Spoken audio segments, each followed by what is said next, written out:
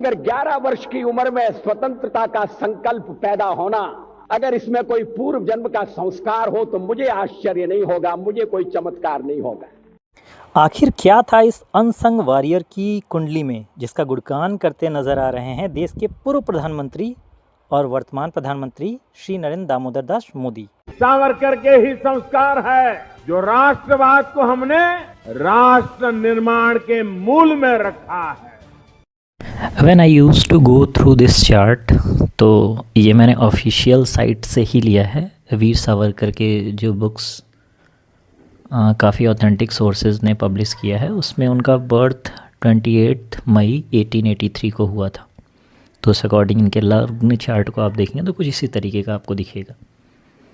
अब आप देखिए तन भाव का जो स्वामी है, ठीक, उसकी दृष्टि भी अगर देखिए तो यहाँ तन भाव पे पड़ती हुई दिख रही है। तो कहीं ना कहीं से पर्सनैलिटी जो अगर देखा जाए पर्सनैलिटी वाइज, तो ही इज़ वेरी वेरी स्ट्रॉन्ग, जो कि आपको दिखाई भी देगा कि जेल में इतनी ज़्यादा जिद्दतें सहने के बावजूद ही is very strong person by his physique.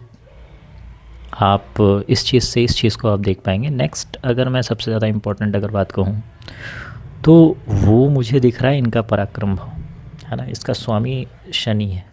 अब शनि कहाँ बैठा है?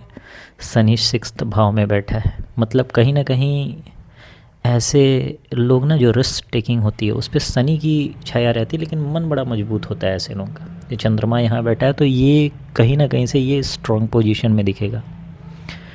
तो आप देखोगे इनके लाइफ में भी अगर आप देखें तो मन के बड़े मजबूत आदमी थे ये, है ना।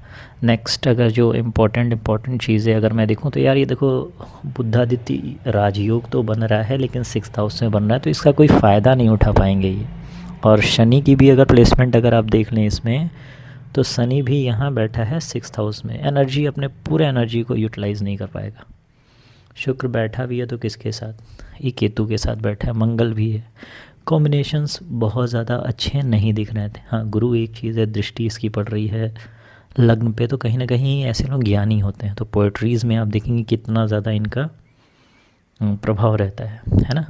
नेक्स्ट इम्पॉर्टेंट चीज़ अगर आप देखिए लाभ भाव में राहु यहाँ बैठा है तो डेंट तो मारेगा ही। मतलब जो आपका प्रोफेशन या बिज़नेस रहेगा उसको बहुत ज़्यादा एक्सप्लोर नहीं कर पाएंगे। और ये चीज़ आपको उनके लाइफ में भी दिखाई देगा कि बहुत ज़्यादा वो ग्रोन अप नहीं कर पाए।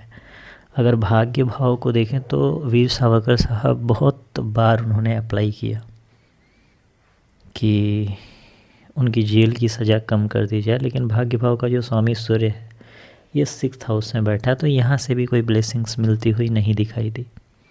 तो आप अगर देखोगे ओवरऑल चार्ट, तो ओवरऑल चार्ट में केंद्र भाव में अगर देखा जाए तो गुरु बैठा है।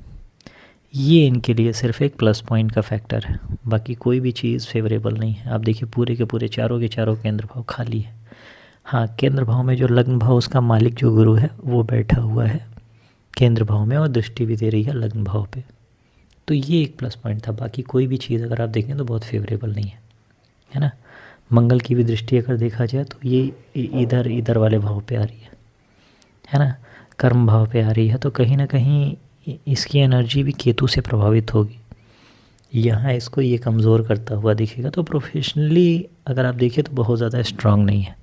That is the reason barrister की पढ़ाई करने के बावजूद ये बहुत ज़्यादा कुछ अच्छा नहीं कर पाए अपने लाइफ में।